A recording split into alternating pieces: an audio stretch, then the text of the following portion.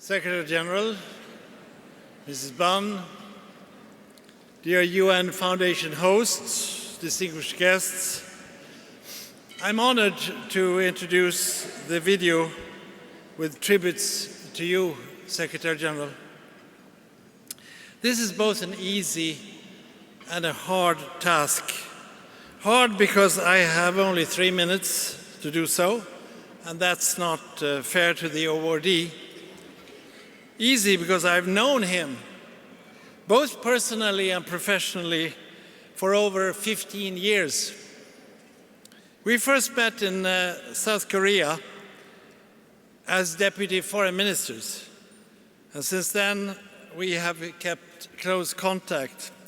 In December 2006, Secretary General Kofi Annan at the time and the incoming Secretary General Ban Ki-moon appointed me Special Envoy for Darfur starting 1st of January 2007.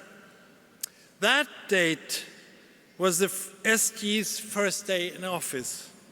It was New Year's Day and a Sunday. I happened to be a former Navy officer, so I called the Secretary and reported to duty. It happened to be the first call the Secretary received in taking over his duties. Since then, he and I have talked practically every New Year's Day. In the same way that I've spoken to Kofi Annan every New Year's Eve. I tell this story to convey an image of the Secretary General as a faithful friend with a very long memory. His understanding of loyalty is a two-way commitment. You will soon have completed 9 of your 10 years of your terms, Secretary General. You may not want to talk about legacy, but let me remind you and our friends here tonight about some of your achievements.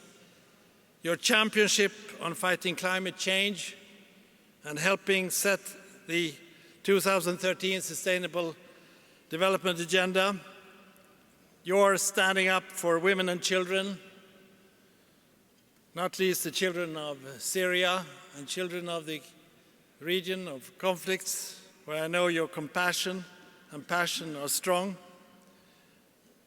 Your advocacy for education, with your own background as a child in Korea. Your principled and passionate defense of human rights, in particularly vulnerable groups like the LGBT community. And I personally feel, of course, extremely strong for your support of the Human Rights Upfront Initiative. You have set a standard of work which is hard for anyone to beat. Your working breakfasts at 7 o'clock in the morning and your evening meetings at 11 p.m. on trips are legendary and frequent, and a test of the staying power of many, many tired colleagues. Secretary General, it's been a great privilege for me to serve with you as Special Envoy, as former ministerial colleague, as MDG advocate, and now as Deputy Secretary General for 3.5 years. Let us now roll the video and let us recall your journey that started in a war-ravaged Korea and led you to the highest pinnacles of the United Nations. Thank you.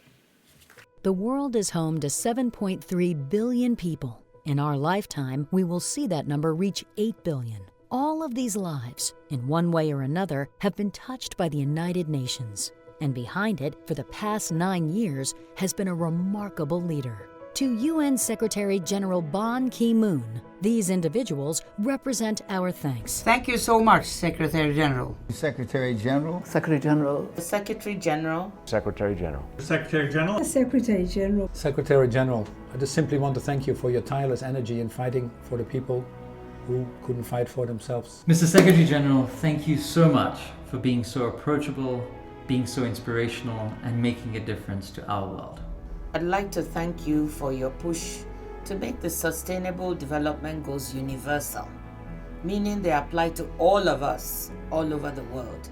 No one is better than the other. We're all in it together, and it was your work that made this happen. Thank you for your commitment to the Sustainable Development Goals, making sure they got adopted, making sure they were broad and covered all the important things, and that they continue the great progress that we've had over the last 15 years. Thank you, Secretary General Ban Ki-moon, for ushering in a new era of partnership in sustainable development at the UN and around the world. Thank you so much, Secretary General, for your important priorities, pursuing the climate issue to the extent that you did. It has been courageous, systematic, and an approach that has helped the world mature to what we have been able to do in 2050. All too often, those who are most vulnerable, the poor, the marginalized, indigenous people, even women, are forgotten. But you have championed them, you have made sure that they are brought to world conscience. Mr. Secretary General Ban Ki-moon, one thing I would like to thank you very much for and congratulate you on is empowering women. You've had the strongest record of appointing women at the United Nations. And thank you for that. You have pushed nations across the world to confront the greatest challenges facing humanity today, inspiring a global partnership towards a better world, one of peace and shared prosperity. Here in New York City, the proud home of the United Nations, we look forward to accomplishing this vision with you. Thank you, Mr. Secretary General. Thank you so much, Secretary General. Thank you. Thank you. Thank you. Thank you. Mr. Secretary General, thank you for a vision that sees ours as the first generation that can end poverty, the most determined to fight inequality, and the last that can avoid the worst impacts of climate change. Thank you. Please take a seat.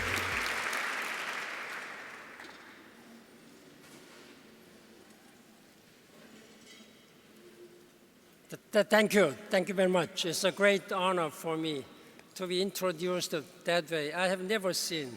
It was a secret. I have to make sure that who has made this video. It's a little bit awkward for me, but I'm very much honored to stand before you this evening, who are committed to work together with the United Nations. And I really deeply thank you. Ms. Kathy Calvin, President and CEO of the United Nations Foundation, Her Majesty Queen Rania of Jordan, His Excellency Moen Liketov, President of General Assembly, Honorable Kofi Annan, my predecessor and 7th United Nations Secretary General, and distinguished awardees, excellencies, ladies and gentlemen, I'm very moved to be here among such a good friends, not only UN Foundation members, United Nations, UN Association of USA, and I thank you for all bestowing this Global Leadership Award on me and through me to all the staff of the United Nations who have been working day in and day out. Ladies and gentlemen, standing before you, having seen this video, I don't know what I need to say. You have heard everybody, and I'm deeply honored.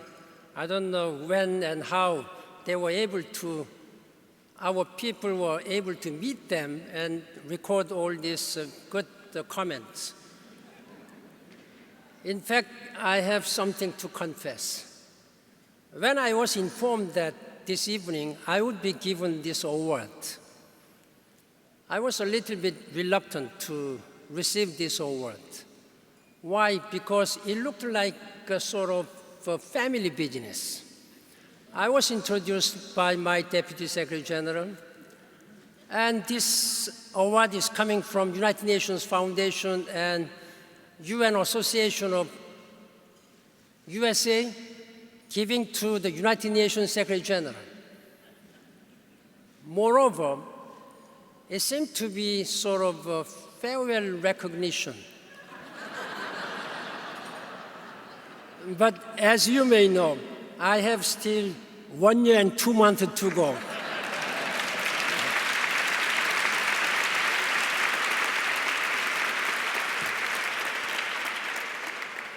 I'm telling you that until last day of December 31st of next year, I will devote all my time and energy. There is no lame duck.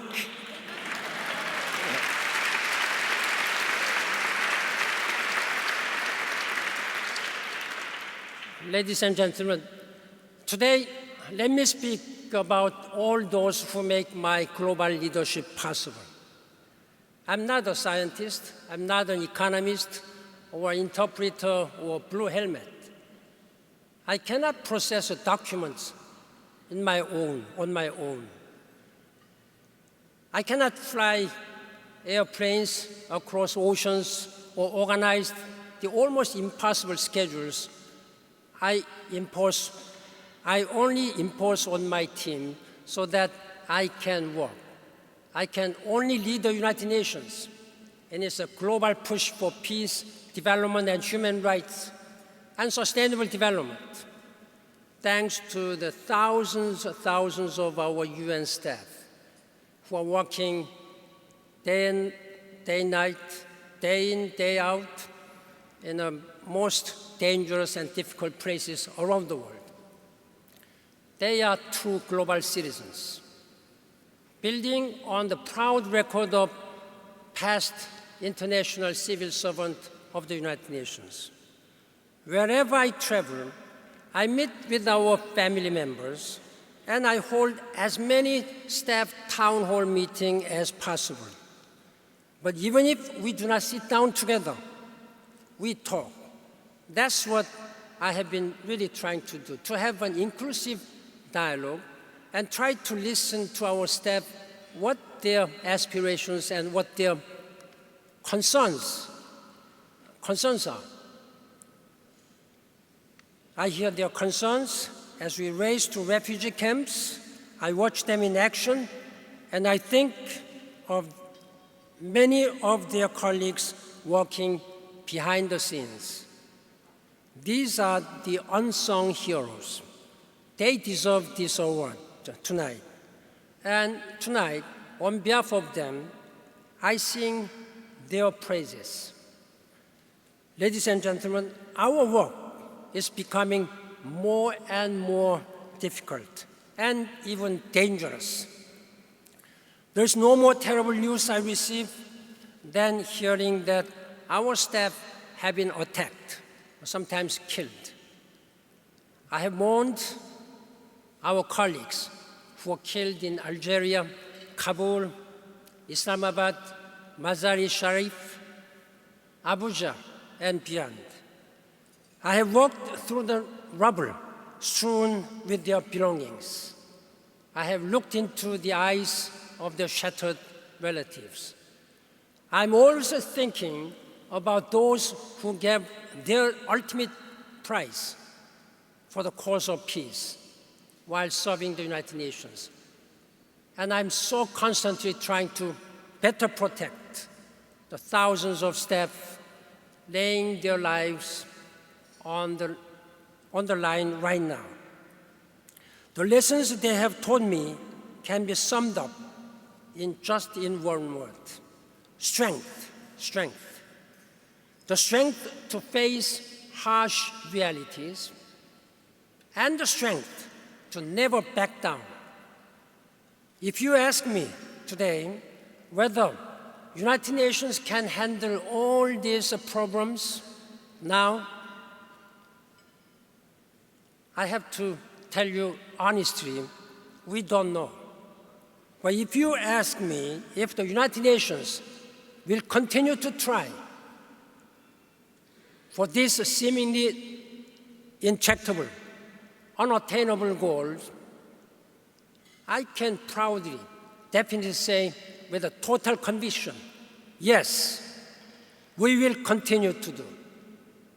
Nothing will stop us. There's no bullet, landmine, or car bomb that is stronger than our strong resolve to create a better world for all. Ladies and gentlemen, this year, the 70th anniversary of the United Nations, we have achieved a major breakthrough with the new Sustainable Development Goals. Many of you said 17 goals, 169 targets. And we are pushing for a very meaningful new climate change agreement in December in Paris.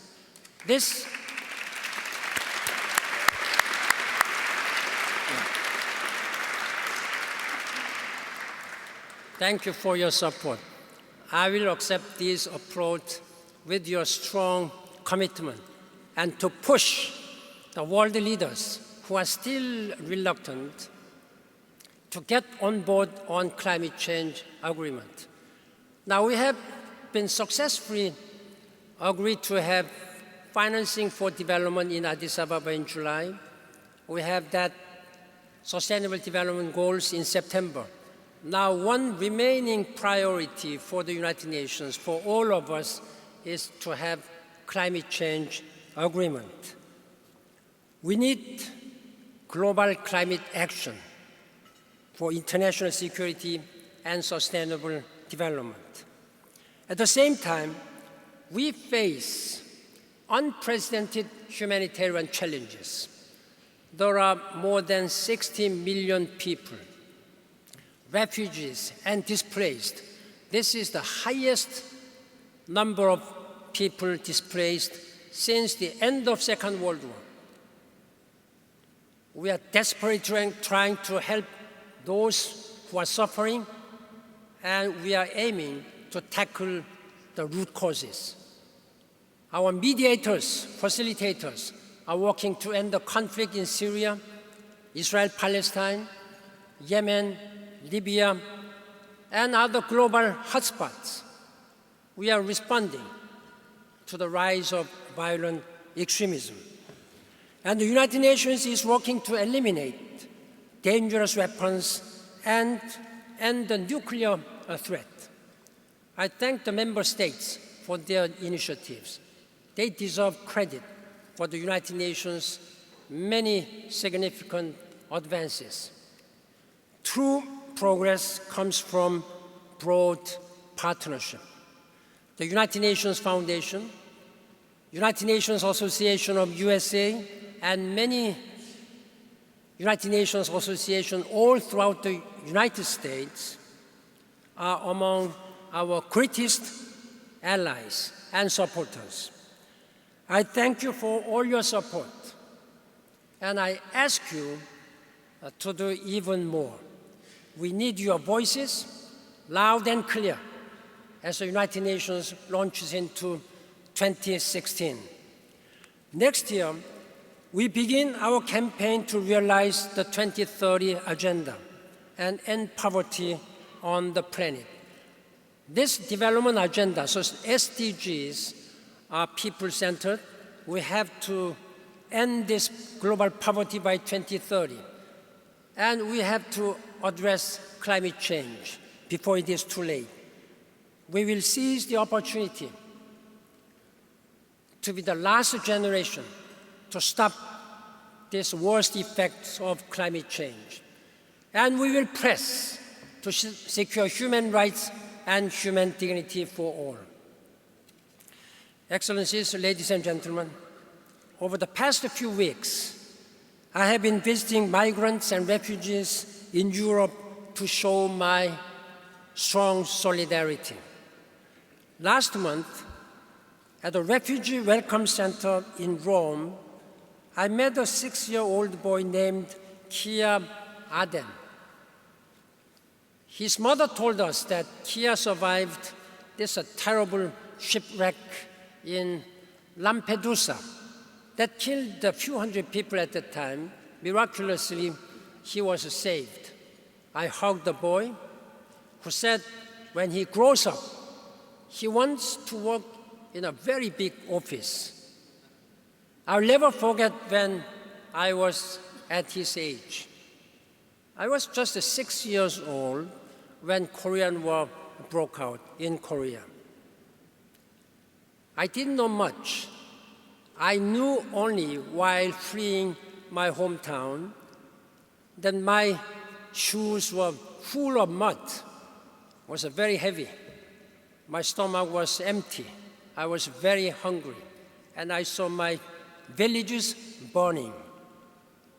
I still remember vividly that my grandparents, my parents, we were all hiding in a remote mountainside where nobody could come. Then, only thing I remember that they were running here and there to find something to eat. At that time, we have seen this blue flag, United Nations flag, and United Nations forces came to save us. They saved myself, my family, my country, and they provide all life-saving support. At that time, we were all grateful to United Nations. Still, it is the United Nations who delivered these life-saving support to many millions of people at this time around the world. Whenever I'm thinking of my old days and thinking so many people who need United Nations support, I feel humbled. What and how can I do for them better? Better than I received in 1950. As some of the awardees said, the fundings are very much low.